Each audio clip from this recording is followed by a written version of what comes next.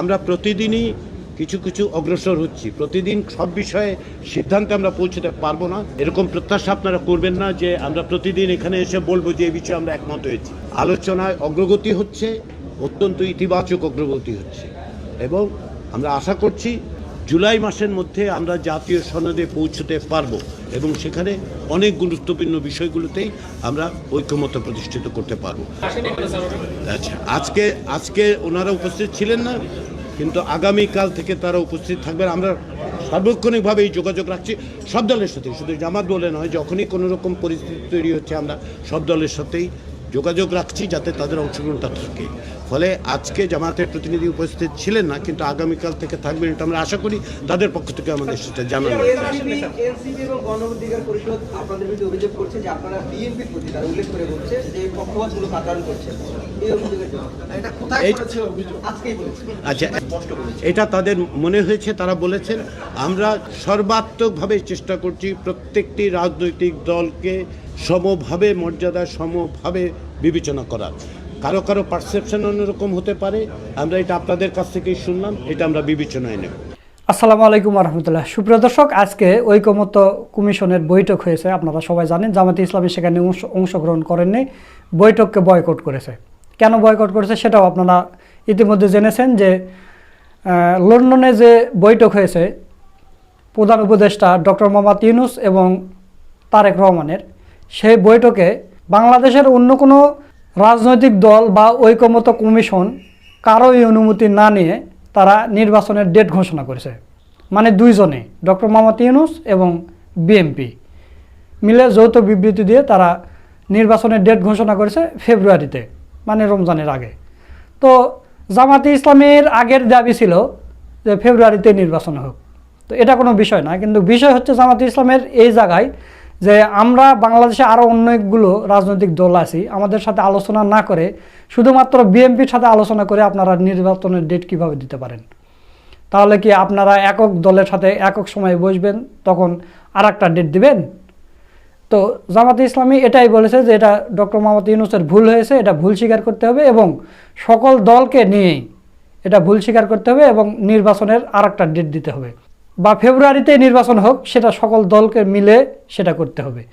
তো এটা যখন করে না, এই কারণে জামাতে ইসলামী ঐকমত্য কমিশনে আজকে যায়নি, বয়কট করেছে। তো দর্শক, বিএনপি মনে করতেছে যে জামাতে ইসলামীকে বাদ দিয়ে আমরা নির্বাচন করব না, জামাতে ইসলামীকে বাদ দিয়ে নির্বাচন হবে না। আবার আজকে দেখলাম যে ঐকমত্য কমিশনের আলী রিয়া স্যার তিনি জুলাই সনদ এই জুলাই মাসে দিতে চেয়েছেন। তো জামাতে ইসলামীকে ছাড়া তো জুলাই সনদও দিতে পারবে না, তো জামাতে ইসলামীকে লাগবেই। তো জামাতে ইসলামীকে পরবর্তী যখন বৈঠক হবে তখন জামাতে ইসলামীকে নিয়ে আসতে হলে জামাতে ইসলামের এই শর্তগুলো পূরণ করতে হবে, তাছাড়া জামাতে ইসলামে যোগ দেবে না। তো প্রিয় দর্শক, এই সবগুলো বিষয় নিয়ে গুরুত্বপূর্ণ আলোচনা করেছেন আমাদের বড় ভাই মোহাম্মদ সোলাইমান। তো চলুন আমরা তার ভিডিওটা একটু দেখে আসি। সফলতার দ্বার প্রান্তে এসে জামাতের কারণে আটকে যাচ্ছে প্রফেসর ইউনূস সরকার। জামাতকে বাদ দিয়ে বাংলাদেশের রাজনীতির কোনো হিসাব নিকাশ সমীকরণ সম্ভব না, হবে না, হতে দেওয়া হবে না। কারণ কি, যে জামাতকে বাদ দিয়ে কিছু হবে না কেন? জামাতকে বাদ দিয়ে কথিত কোনো জয়েন্ট স্টেটমেন্ট চলবে না বাংলাদেশে। লন্ডনের জয়েন্ট স্টেটমেন্ট জুলাইয়ের বাংলাদেশে চলবে না, শহীদদের বাংলাদেশে চলবে না। কেন? কারণ হাসিনার পতন হয়েছে, জুলাই অভ্যুত্থান হয়েছে জামাত শিবিরের রক্তের উপর ভিত্তি করে। অন্য সবার রক্ত ছিল, জামাত শিবিরের রক্তটা বেশি ছিল। শিবিরের 9 দফা শিবিরের স্ট্র্যাটেজির কারণে হাসিনা হেরে গিয়েছে। এই আন্দোলন, এই বিজয় সবার কন্ট্রিবিউশন, কিন্তু স্পেশালি জামাত শিবিরের। অতএব সেই বাংলাদেশে জামাত শিবিরকে বাদ দিয়ে কোনো রাজনৈতিক সমীকরণ, কোনো কিছু হবে না, কোনো জয়েন্ট স্টেটমেন্ট চলবে না। সবাইকে নিয়ে হতে হবে। আমরা বলছি না শুধু জামাত শিবিরকে নিয়ে হতে হবে, না, সবাইকে ন্যায্যতার ভিত্তিতে প্রত্যেকের যথাযথ সম্মান পাবে, কাউকে ইগনোর করা যাবে না। ছোট দল চরমনাই বা ছোট দল গণ অধিকার পরিষদ তাদেরকে ইগনোর করবে? নো। ছাত্র জনতার দল তো এখন পর্যন্ত একদম ছোট, এখন পর্যন্ত তারা কমিটি গঠন করতে পারছে না, তাদেরকেও বাদ দেওয়া যাবে। সবাইকে নিয়ে সমীকরণ হতে হবে, সবাইকে নিয়ে সিদ্ধান্ত হতে হবে, জয়েন্ট স্টেটমেন্ট হতে হবে। কথিত কোনো লন্ডন স্টেটমেন্ট চলবে না। দর্শক, জুলাই মাসের মধ্যেই জুলাই সনদ চূড়ান্ত, আলী রিয়া যে কথা বলছে ঐকমত্য কমিশনের বৈঠকের শুরুতে। আচ্ছা, এটা একটা সফলতা যে জুলাই সনদ প্রায় চূড়ান্ত হচ্ছে। কিন্তু জামাত যদি তাদের যে বয়কট এটা অব্যাহত রাখে, তাহলে আপনি কিভাবে জুলাই সনদ তৈরি করবেন? এখানে একটা সহজ প্রশ্ন আসে যে জামাত ঐকমত্য কমিশনের মিটিংয়ে যায়নি, এখন পরবর্তীতে যাবে কিনা এটা এখন পর্যন্ত তারা সিদ্ধান্ত নেয়নি।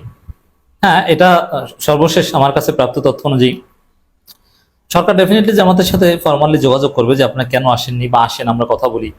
তারপরে জামাত তাদের আপত্তির কথা জানাবে, তারপরে সেটার যদি কোনো সন্তোষজনক জবাব সরকার দিতে পারে তাহলে ঐক্যমত কমিশনের বৈঠকে যাবে, নইলে যাবে না। জামাত কেন ঐক্যমত, ভাই ঐক্যমত হয়ে গিয়েছে লন্ডনে, যৌথ স্টেটমেন্ট দিয়ে দিয়েছে, তাহলে এখন আবার জামাত কেন ঐক্যমত কমিশনে যাবে? ঐক্যমত কমিশনের দরকার কি? ঐক্যমত তো আপনার লন্ডনে করেন, এখানে আবার দরকার লন্ডন যে বাকিটা করে আসেন।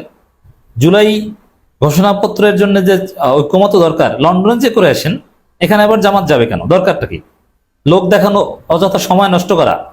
আপনারা কি করবেন, কতটুকু সংস্কার করবেন, এগুলো তো লন্ডনে বসে সিদ্ধান্ত নেন। তাহলে বাংলাদেশে জামাত কেন ঐক্যমত কমিশনে যাবে? চরমনাইরে যাওয়া উচিত না, ইসলামপন্থীদের কারো যাওয়া উচিত না, এনসিপিরও যাওয়া উচিত না। বিএনপি আর ডক্টর ইউনূস মিলে করুক। একটা মিনিমাম কমন সেন্সের একটা বিষয় তো আছে।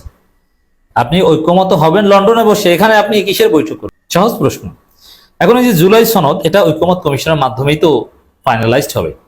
জুলাই সনদ চূড়ান্ত হবে জুলাই মাসের মধ্যে, কথা বলছেন।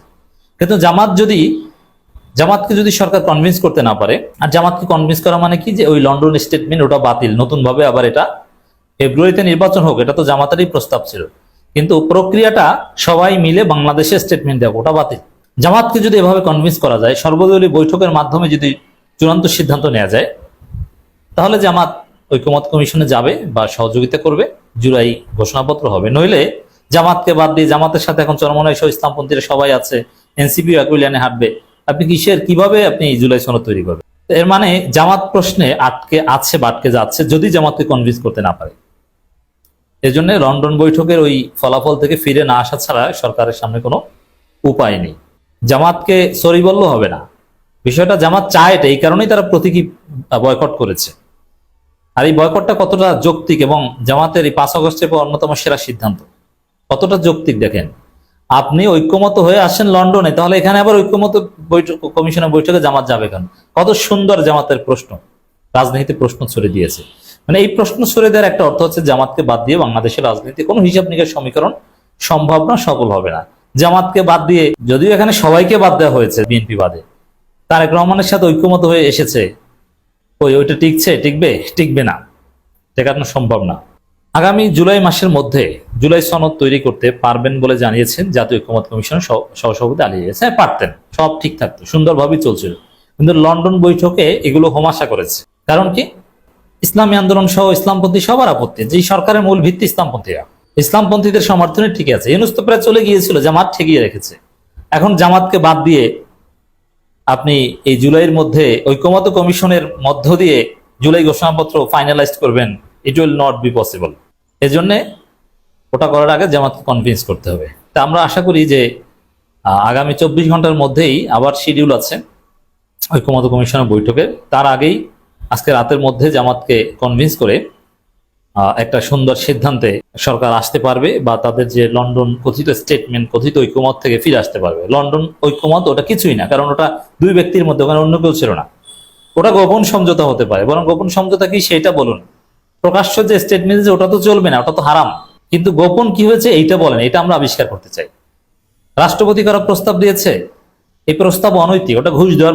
কারণ রাষ্ট্রপতি করার প্রস্তাব ইউনূসকে দিয়ে থাকলে অর্থ দাঁড়ায় যে আমাদেরকে নির্বাচনে জিতিয়ে দিন, তার বিনিময়ে আপনাকে রাষ্ট্রপতি করব। এই ঘুষ, এই হারাম, এটা হারাম প্রস্তাব।